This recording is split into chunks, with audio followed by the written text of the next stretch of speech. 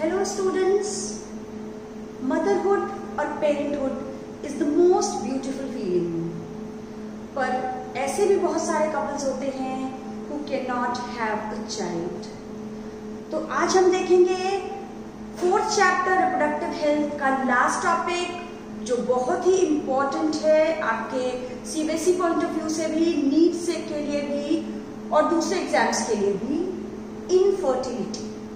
तो इसमें हम देखेंगे इनफर्टिलिटी क्या होता है, क्या रीजंस होते हैं इनफर्टिलिटी के और कैसे इसका ट्रीटमेंट कर सकते हैं. तो लेट्स स्टार्ट. इनफर्टिलिटी क्या होता है? The incapability to produce children in spite of unprotected sexual cohabitation means 1 year or more than that time period के तक continuously sexual intercourse है, वो भी unprotected, उसके बावजूद भी couple is not able to produce child. उस कंडीशन को हम कहेंगे infertility. कुछ रीजंस होते हैं पर साथ में मैं अभी बता दूं ये पूरी तरह से क्योरेबल है. 80% केसेस में इसको पूरी तरह से क्योर करके इनफर्टाइल कपल को भी बच्चे हो जाते हैं. पर एक दूसरी चीज है sterility. Sterility is the complete loss of the ability to produce children. जैसे कि लेडीज में मेनोपॉज के बाद या गर्ल्स की मेनार्क से पहले स्टेरिलिटी होती है, ट्यूबेक्टोमी या वेसेक्टोमी के बाद, या कुछ सिंड्रोम्स होते हैं उनकी वजह से स्टेरिलिटी होती है. तो we are talking about infertility जो कि पूरी तरह से क्योरेबल है. अब देखते हैं क्या रीजंस हो सकते हैं इनफर्टिलिटी के. सबसे पहली चीज तो physical retardation of sex organs. किसी भी रीजन से कुछ फिजिकल रिटार्डेशन है सेक्स ऑर्गन्स में, कंजेनाइटल डिजीजेस हैं, मींस बाय बर्थ ही कुछ ऐसी डिजीजेस लेकर पैदा हुआ है कोई बच्चा, कुछ और डिजीजेस हो सकती है, बहुत सारी ऐसी डिजीजेस हैं. एक तो अभी हम पिछले वीडियो में पढ़ चुके हैं सेक्सुअली ट्रांसमिटेड डिजीजेस. अगर टाइमली डिटेक्ट नहीं हुई, ट्रीट नहीं हुई और बहुत उसका रूप बिगड़ गया तो that can also lead to infertility. Drug use, बहुत सारे ड्रग्स ऐसे हैं जो हमारे बॉडी पे हार्मफुल इफेक्ट देते हैं. कंटिन्यूअस एक लंबे टाइम तक ड्रग्स का यूज करने से even alcoholism is also causing infertility in the couples. तो ड्रग्स और एल्कोहल से बचना है. इम्यूनोलॉजिकल, कई बार कुछ फीमेल का इम्यून सिस्टम इतना स्ट्रांग होता है कि वो बाहर से आए हुए स्पर्म्स को फॉरेन सेल की तरह किल कर देती हैं. तो ऐसे में इम्यूनो सप्रेसिव एजेंट्स देकर इसको सप्रेस किया जा सकता है. कई बार जो फर्टिलाइजेशन के बाद जाइगोट या एम्ब्रियो फॉर्म हुआ है उसको भी कई लोगों की बॉडी का इम्यून सिस्टम रिजेक्ट करने लगता है. तो ये कुछ इम्यूनोलॉजिकल रीजंस होते हैं. इसके अलावा साइकोलॉजिकल, सबसे इंपॉर्टेंट चीज हम पहले भी बात कर चुके हैं, हमारी थिंकिंग का, हमारे इमोशंस का डायरेक्ट इफेक्ट पड़ता है रिप्रोडक्टिव हेल्थ पे और फर्टिलिटी पे. कई बार जो लोग एक लंबे टाइम से स्ट्रेस में, टेंशन में, वर्कलोड में रह रहे हैं वो कंसीव नहीं कर पाते हैं. जब वो अपने जॉब से थोड़ा टाइम छुट्टी लेकर घर पे बैठते हैं, मैंने बहुत सारे ऐसे कपल्स भी देखे हैं कि साल भर छुट्टी लेकर घर पर बैठे, सारे स्ट्रेस से दूर, सारे वर्कलोड से दूर, तब वो कंसीव कर सके विदाउट एनी मेडिकेशन. तो साइकोलॉजिकली हमेशा आपको मेंटली स्ट्रांग बनना है, इमोशनली स्ट्रांग बनना है और स्ट्रेस फ्री रहना है. Try to be happy as much as possible. उसके बाद है जो भी ये इनफर्टिलिटी की प्रॉब्लम्स हैं, जिस भी रीजन से हैं, उसके लिए we have some assisted reproductive technology. Assisted reproductive technology नाम से ही क्लियर है कि ये असिस्ट करेंगे कपल्स को टू हैव चिल्ड्रन. सबसे पहले देख लेते हैं कि प्रॉब्लम्स क्या क्या हो सकती हैं. एक तो हार्मोनल इम्बैलेंस हो सकता है फीमेल में भी, मेल में भी, जिसको मेडिकेशन से करेक्ट किया जा सकता है. उसके अलावा ये भी हो सकता है पॉसिबल कि गैमीट्स ना फॉर्म हो रहे हो, मींस मेल में स्पर्म्स ना फॉर्म हो रहे हो या लो स्पर्म काउंट हो, या फीमेल में ओवम ना रिलीज हो रहा हो, ओव्यूलेशन ना हो रहा हो. ओवम फॉर्म हो गया पर वो फिम्बरी उसको कैच नहीं कर पा रहा है, फिम्बरी ने कैच भी कर लिया, फैलोपियन ट्यूब्स में ब्लॉकेज है, फैलोपियन ट्यूब्स करेक्ट भी है तो किसी भी रीजन से फर्टिलाइजेशन नहीं हो पा रहा है, मे बी कि male is not able to inseminate, कुछ भी रीजन हो सकता है। फर्टिलाइजेशन भी हो गया तो पॉसिबल है कि यूट्रस सूटेबल ना हो और इम्प्लांटेशन ना हो पा रहा हो, एम्ब्रियो का डेवलपमेंट यूट्रस में ना हो पा रहा हो। तो ये कुछ रीजंस हैं। हम देखते हैं इसको कैसे हम करेक्ट कर सकते हैं ART असिस्टेड रिप्रोडक्टिव टेक्नोलॉजी से। तो पहली चीज है टेस्ट ट्यूब बेबी या in vitro fertilization followed by embryo transfer. ये एक ही चीज है, टेस्ट ट्यूब बेबी टेक्निक के अंदर आता है ये दोनों चीजें। There is gamete intrafallopian transfer, हमने बात की गैमीट नहीं फॉर्म हो रहा है तो गैमीट हम किसी डोनर से ले लेंगे, गैमीट को ट्रांसफर कर देंगे। अभी डिटेल में हम 1 बाय 1 पढ़ेंगे। Artificial insemination AI, intracytoplasmic sperm injection ICSI। ये शॉर्ट नेम्स भी आपको पता होने चाहिए, एक्चुअली रटने नहीं पड़ेंगे, जब आप समझ जाओगे तो अपने आप ही याद आ जाएंगे। यहां पर ये चीज देखो, दो चीजें हैं, in vivo fertilization and in vitro fertilization. In vivo fertilization तो है, इन वीवो है जब बॉडी के अंदर ही हो रहा है फर्टिलाइजेशन नेचुरल एनवायरनमेंट में। मींस कोई प्रॉब्लम है, इंसेमिनेट नहीं कर पा रहा है तो सीमेन इंट्रोड्यूस करा देंगे आर्टिफिशियल इंसेमिनेशन से। ओवम नहीं प्रोड्यूस हुआ है तो डोनर से ओवम लेके फीमेल के बॉडी में डाल देंगे। मींस फर्टिलाइजेशन हम इंटरनल बॉडी में ही करा रहे हैं, इंटरनल एनवायरनमेंट में, तो वो है in vivo fertilization. In vitro fertilization, in vitro meaning actually होता है glass wares, means fertilization outside the body in glass pairs, means in test tube और petri dish। तो petri dish में हमने ओवम और साथ में स्पर्म्स एक साथ डाल दिए, तो वहां पर नेचुरली जैसे फर्टिलाइजेशन बॉडी में होता है वैसे ही उस ग्लास वेयर में फर्टिलाइजेशन हो जाएगा, that is in vitro fertilization. तो अब हम शुरू करते हैं। पहली टेक्निक है टेस्ट ट्यूब बेबी टेक्निक।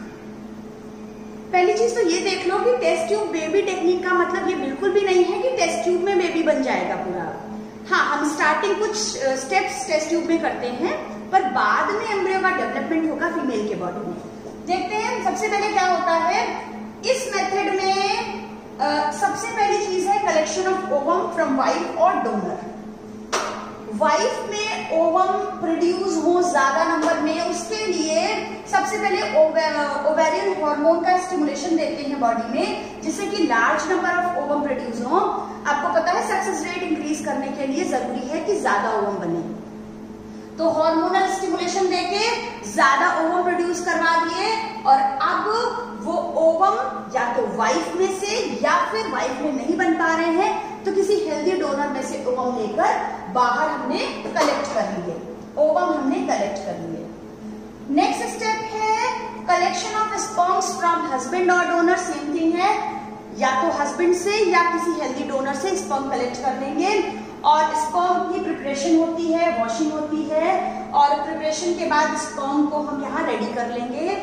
उसके बाद एक पेट्री डिश में ओवम जितने भी हमारे फॉर्म हुए हैं और साथ में सारे स्पर्म्स को पेट्री डिश में डाल देंगे, और नेचुरली जैसे स्पर्म फ्लोट करता है और जाके जोना पेलिसिडा लेयर को पेनिट्रेट करते हुए उस साइट में अंदर एंटर करता है, फर्टिलाइज होता है, वैसे ही यहाँ पर फर्टिलाइजेशन हो जाएगा। एक ये दूसरी प्रोसेस है, अभी हम बाद में बात करेंगे। तो ये नॉर्मल फर्टिलाइजेशन के जैसा हो गया। ये है प्रोसेस इन विट्रो फर्टिलाइजेशन की। ये फर्टिलाइजेशन फैलोपियन ट्यूब में ना होकर ये पेट्री डिश में हुआ है, ग्लासवेयर में हो गया है ये प्रोसेस यहाँ तक। अब जो फर्टिलाइजेशन के बाद जाइगोट फॉर्म हुआ है, उस जाइगोट को हम बॉडी में इंट्रोड्यूस करा देंगे, ट्रांसफर कर देंगे। तो एम्ब्रियो ट्रांसफर के लिए हमारे पास क्या है, दो टेक्निक है। या तो हम एम्ब्रियो को जाइगोट से लेके 8 सेल स्टेज तक की अगर कंडीशन है तो वो कहां पर रहती है नेचुरली हमारे बॉडी में, फैलोपियन ट्यूब में, तो उसको हम फैलोपियन ट्यूब में ट्रांसफर कर देंगे। The process is zygote intra fallopian transfer, mean हम जाइगोट को हमने ट्रांसफर किया है फैलोपियन ट्यूब में। सिंपल है, जाइगोट इंट्रा फैलोपियन ट्रांसफर। अगर 8 सेल स्टेज से ज्यादा की कंडीशन है, मींस 32 सेल स्टेज तक पहुंच गई है, मोरुला स्टेज है, तो उस एम्ब्रियो को हम ट्रांसफर कर देंगे इंट्रा यूटेराइन ट्रांसफर, यूट्रस में उसको हम ट्रांसफर कर देंगे। यहाँ पर ये जो छोटा सा डॉट दिखाई दे रहा है ये एम्ब्रियो है। इस एम्ब्रियो को हम किसी ट्यूब या कैथेटर के थ्रू इंट्रोड्यूस कर देते हैं बॉडी में। ये आपको समझ में आ गया कि हम कब इसको किस स्टेज में कहाँ ट्रांसफर करते हैं। अर्ली स्टेज है तो फैलोपियन ट्यूब में, और लेटर स्टेज है तो हम उसको यूट्रस में ट्रांसफर कर देते हैं। ये हो गई एम्ब्रियो ट्रांसफर की टेक्निक। उसके बाद मैं एक चीज ये बता दूं कि हमारे साइंस ने जितनी भी प्रोग्रेस कर ली हो, अभी तक ऐसा कुछ भी सेटअप नहीं बना है जो मदर के यूट्रस के जैसा हो। फर्टिलाइजेशन बॉडी के बाहर हो सकता है, सब कुछ हो सकता है, पर एम्ब्रियो का डेवलपमेंट सिर्फ और सिर्फ मदर के यूट्रस में ही पॉसिबल है, बाहर एक्सटर्नल मीडियम में बिल्कुल पॉसिबल नहीं है। तो इस तरीके से ट्रांसफर हम कर देते हैं और further development of embryo mother के यूट्रस में होता है। इस तरह से जो इन विवो फर्टिलाइजेशन से एम्ब्रियो फॉर्म होते हैं, फ्यूजन ऑफ गैमीट्स तो फीमेल के अंदर हो सकता है, पर उसको भी हम ट्रांसफर कर सकते हैं उन फीमेल को असिस्ट करने के लिए who can not conceive. Means ovum और स्पर्म तो मदर फादर का ही है, पर किसी रीजन से अगर कंसीव नहीं कर पा रहे हैं तो भी उनके गैमीट्स को हम निकाल के बाहर फर्टिलाइज करके फिर उनमें ट्रांसफर कर सकते हैं। ठीक है, इसके बाद ये है first test tube baby form हुई थी, जो ये बेबी 1978 में फॉर्म हुई थी, लुइस ब्राउन, और ये लंदन में बनी थी। और इनको बनाने वाले जो डॉक्टर्स इन्वॉल्व थे, Patrick Steptoe and Robert Edwards. इस तरीके से टेस्ट ट्यूब बेबी ये पहली बनी थी पूरे वर्ल्ड में, और इसके लिए इनको नोबेल प्राइज भी मिला था। तो ये एक बहुत बड़े सोर्स ऑफ इंस्पिरेशन है हम सभी के लिए, और इनकी वजह से लाखों जिंदगियों में खुशहाली लौटी। तो आज बहुत सारे कपल्स इन टेक्निक्स को यूज करते हुए दे कैन बी पेरेंट्स। इसके बाद हमने क्या बात की, कई सारे लोगों में गैमीट्स नहीं फॉर्म होते हैं। तो अगर female is not able to produce ovum, किसी हेल्दी डोनर से गैमीट को ट्रांसफर किया जा सकता है। Technique is called as gamete intrafallopian transfer. GIFT हमने देखी थी। जिफ्ट क्या था? Zygote intrafallopian transfer means in vitro fertilization के बाद बने हुए जाइगोट को फैलोपियन ट्यूब में ट्रांसफर किया था। यहाँ पर हम सीधा गैमीट को किसी हेल्दी डोनर से लेकर उस फीमेल के बॉडी में उसके फैलोपियन ट्यूब में ट्रांसफर करेंगे। तो this is gamete intrafallopian transfer. सारी चीजें सेम है, सिर्फ जाइगोट और गैमीट वर्ड का डिफरेंस आया है। तो बहुत सिंपल सी बात है, गैमीट नहीं प्रोड्यूस हो पा रहा है तो उसको डोनर से लेकर डाल देंगे बॉडी में, फैलोपियन ट्यूब में, जहां पर फर्टिलाइजेशन के लिए सूटेबल एनवायरनमेंट है, नेचुरल एनवायरनमेंट है, और बाकी सब कुछ नेचुरली होगा और फर्टिलाइजेशन नेचुरली करेंगे होगा या फिर आर्टिफिशियल इंसेमिनेशन से। बाकी फर्दर डेवलपमेंट एम्ब्रियो का इसी मदर के बॉडी में, यूट्रस में होगा। इसके लिए जरूरी है कि इस मदर की एटलीस्ट वन फैलोपियन ट्यूब तो प्रॉपरली ओपन हो, ब्लॉकेज ना हो, कम से कम एक ओपन हो। तो हम क्या करते हैं, ओवम और स्पर्म दोनों को साथ में यहाँ फैलोपियन ट्यूब में प्लेस कर देते हैं और यहीं पर फर्टिलाइजेशन हो जाता है, फिर नॉर्मली एम्ब्रियो डेवलपमेंट होता है। इसके बाद कई बार हमारे कंट्री में females are blamed for infertility, but actually problem lies in male. तो बहुत बार ऐसा होता है कि मेल पार्टनर में होती है प्रॉब्लम। मेल में क्या प्रॉब्लम्स हो सकती हैं, हम पहले भी बात कर चुके हैं। Inability of the male partner to inseminate, एक तो ये प्रॉब्लम हो सकती है। दूसरी प्रॉब्लम हो सकती है low sperm count. Sperm count NCERT के हिसाब से कितना होना चाहिए? It should be 200 to 300 million sperms पर क्वाइटस। अगर ये 15 मिलियन स्पर्म्स तक है देन इट इज ओके, और कम है 10, 5, ये है condition of oligospermia means low sperm count. ये 5 मिलियन से कम है तो ये स्पर्म्स बहुत कम माने जाएंगे। अब ये देखो नेचुरली क्या होता है, जो भी स्पर्म्स हैं they are deposited at cervix in the females, तो वो सर्विक्स से लेकर यूट्रस, फैलोपियन ट्यूब पूरा रास्ता ट्रैवल करते हुए फाइनली फैलोपियन ट्यूब के एम्बुलरी स्थमिक जंक्शन पे उस सेकेंडरी ऊसाइट को जाकर उसकी जोना पेरिसिडा लेयर को पेनिट्रेट करते हुए अंदर एंटर करता है सिर्फ एक स्पर्म। तो जब 200 to 300 मिलियन स्पर्म्स रिलीज होते हैं तब जाके एक स्पर्म पहुंच पाता है सक्सेसफुली और फर्टिलाइजेशन होता है। तो अगर स्पर्म काउंट कम होगा तो डेफिनेटली ये फर्टिलाइजेशन भी नहीं हो पाएगा, सक्सेस रेट बहुत कम हो जाएंगे। इसको ट्रैवल करके भी जाना है, साथ में इस very hard layer of zona pellucida को भी पेनिट्रेट करना है। तो इसके लिए हम क्या करते हैं, टेक्निक है आर्टिफिशियल इंसेमिनेशन। आर्टिफिशियल इंसेमिनेशन में क्या करते हैं, या तो हस्बैंड से या फिर किसी हेल्दी डोनर से स्पर्म्स लेते हैं और फिर फीमेल के बॉडी में इंट्रोड्यूस करते हैं। हस्बैंड में अगर लो स्पर्म काउंट है तो भी स्पर्म्स को लेते हैं, हमें पता है 200 और 300 मिलियन स्पर्म्स हैं, साथ में इसमें 60% should have normal shape and size and 40% should have vigorous motility, तभी फर्टिलाइजेशन होगा। पर हम डायरेक्टली उसको इंट्रोड्यूस कर देते हैं, या तो वजाइना में इंट्रोड्यूस कर देते हैं। इससे क्या होगा कि स्पर्म्स को नॉर्मल, अगर स्पर्म काउंट नॉर्मल है पर इंसेमिनेट नहीं कर पा रहा है तो नॉर्मली वजाइना में इंट्रोड्यूस कर दिया स्पर्म्स लेकर सीमेन, तो स्पर्म्स पूरा नॉर्मली ट्रैवल करते हुए जाएगा और यहाँ फैलोपियन ट्यूब में जाकर फर्टिलाइज करेगा। दूसरी कंडीशन ये भी है कि स्पर्म्स को बहुत ज्यादा मूवमेंट ना करना पड़े, बहुत एनर्जी ना खर्च करनी पड़े, सीधा हमने इंट्रा यूट्राइन इंसेमिनेशन कर दिया, मींस उस सीमन को हमने इंट्रोड्यूस कर दिया यूट्रस में किसी सिरिंज के थ्रू। तो ये है इंट्रा यूट्राइन इंसेमिनेशन, और अब यहाँ पर सीधा ये जाकर बस इसको पेनिट्रेट करके फर्टिलाइज होना है। यहाँ पर जब हम बात करते हैं किसी डोनर की, तो कोई donor maximum of 2-3 bar he donate कर सकता है सीमन। ये नहीं कि वो एक ही पर्सन ने 100 बार स्पर्म डोनेट कर दिए, ऐसा नहीं करते हैं, क्योंकि हम बायो में बार बार वेरिएशंस की बात करते हैं। सेक्सुअल रिप्रोडक्शन का मतलब वेरिएशंस क्रिएट होते हैं जो कि जरूरी है।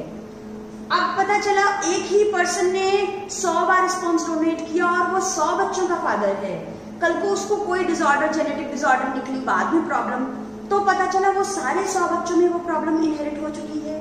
तो इसके लिए हमेशा, और उसके साथ में ये चीजों का भी ध्यान रखते हैं कि जिस डोनर से स्पर्म लिया है वो उस कपल का के मीन्स उस बच्चे के फादर के, रियल फादर के जैसा काफी कुछ लुक्स में दिखना चाहिए। मीन्स हेयर कलर हुआ, आई कलर हुआ, उसकी हाइट, बॉडी, पर्सनालिटी काफी मैचिंग होनी चाहिए, सो दैट और जो सोशल इश्यूज और इमोशनल इश्यूज फ्यूचर में आते हैं वो सब भी ना आए, उनको भी हम टैकल कर लें। तो ये तो थी आर्टिफिशियल इंसेमिनेशन की टेक्निक, जहां पर हम किसी डोनर से या हस्बैंड से ही सीमेन लेके बॉडी में इंट्रोड्यूस कर देते हैं। That is the technique of artificial insemination. पीछे एक टेक्निक को मैंने सर्कल करके छोड़ा था कि हम बाद भी देखेंगे, that was intracytoplasmic sperm injection. नाम से ही बिल्कुल क्लियर है, कई बार ऐसा होता है कि आर्टिफिशियल इंसेमिनेशन में भी हो सकता है स्पर्म में कैपेबिलिटी नहीं है कि वो जोना पेलुसिडा को पेनिट्रेट कर पाए, तो हम क्या करते हैं, और भी काम आसान कर देते हैं। एक ओवम को लेकर हम किसी माइक्रोपिपेट में माइक्रो नीडल के हेल्प से सिर्फ एक स्पर्म को हमने बॉडी में यहाँ इंट्रोड्यूस कर दिया, सिंगली पेनिट्रेट करके जोना पेलुसिडा को अंदर इंट्रोड्यूस कर दिया और अंदर जाके फर्टिलाइजेशन हो जाएगा। तो यहाँ स्पर्म और ओवम कलेक्ट करके हमने एक स्पर्म को इस ओवम के अंदर इंट्रोड्यूस कर दिया। This is intracytoplasmic sperm injection. Inject किया है स्पर्म को ओवम के साइटोप्लाज्म के अंदर। तो ये टेक्निक है जिसमें कि सक्सेस रेट बढ़ जाते हैं फर्टिलाइजेशन के, और फिर नॉर्मली जो एम्ब्रियो फॉर्म होगा उस एम्ब्रियो को हम ट्रांसफर कर देंगे फीमेल के बॉडी में। तो ये कंपैरिजन है इंट्रासाइटोप्लाज्मिक स्पर्म इंजेक्शन का, और ये है नेचुरल मेथड। ये कौन सा मेथड है, जब हमने एक पेट्री डिश में एक ओवम को और बहुत सारे स्पर्म्स को छोड़ दिया तो नेचुरली एक स्पर्म जाकर इसको पेनिट्रेट करके फर्टिलाइज करेगा। और ये टेक्निक है इंट्रासाइटोप्लाज्मिक स्पर्म इंजेक्शन की, जहां पर हमने इंजेक्शन के थ्रू सिर्फ एक स्पर्म को बॉडी के अंदर इंट्रोड्यूस किया, सॉरी ओवम के अंदर इंट्रोड्यूस किया है। ये थी सारी टेक्निक। पर आप देख सकते हो ये जो भी हम चीजें करते हैं इसमें एक्सट्रीमली हाई प्रिसिजन रिक्वायर्ड है, साथ में बहुत ही स्पेशलाइज्ड प्रोफेशनल्स होने चाहिए, और ये सब कुछ बहुत एक्सपेंसिव होता है। बहुत ये जो इक्विपमेंट्स हैं, मशीन्स हैं, सब कुछ माइक्रोस्कोपिक व्यू में होता है, तो ये बहुत ही एक्सपेंसिव होता है। इंडिया में बहुत ही कम सेंटर्स अवेलेबल हैं इन चीज़ों के लिए, और साथ में बहुत कम ऐसे कपल्स हैं जो इनको अफोर्ड कर सकते हैं इन सारी चीज़ों को। तो डेफिनेटली टेस्ट ट्यूब बेबी का मतलब इतना इजी भी नहीं है कि टेस्ट ट्यूब में से बच्चे निकलने लग जाएंगे, और साथ में कुछ इमोशनल, रिलीजियस और सोशल फैक्टर्स भी हैं जो कई कपल्स को ये टेक्निक्स अडॉप्ट करने से रोकते हैं। इन सारी टेक्निक्स का अल्टीमेट एम क्या है? To have parenthood. और साथ में हमारे कंट्री में बहुत सारे ऑर्फनेज हैं, बहुत सारे ऑर्फन एंड डेस्टिट्यूट बच्चे हैं जिनको अगर सही परवरिश नहीं मिली, सही केयर नहीं मिली, तो वो शायद एडल्टहुड तक सर्वाइव ही नहीं करेंगे। तो ऐसे में एक बहुत अच्छा तरीका है legal adoption of the child, जिससे एक बच्चे की भी जिंदगी बदल जाएगी और डेफिनेटली पेरेंट्स को भी पेरेंटहुड की ब्यूटीफुल फीलिंग मिल जाएगी। तो विद दिस ये टॉपिक हमारा खत्म होता है। अगर आपको समझ में आया है तो मेरे चैनल को लाइक एंड सब्सक्राइब जरूर करिए। Thank you.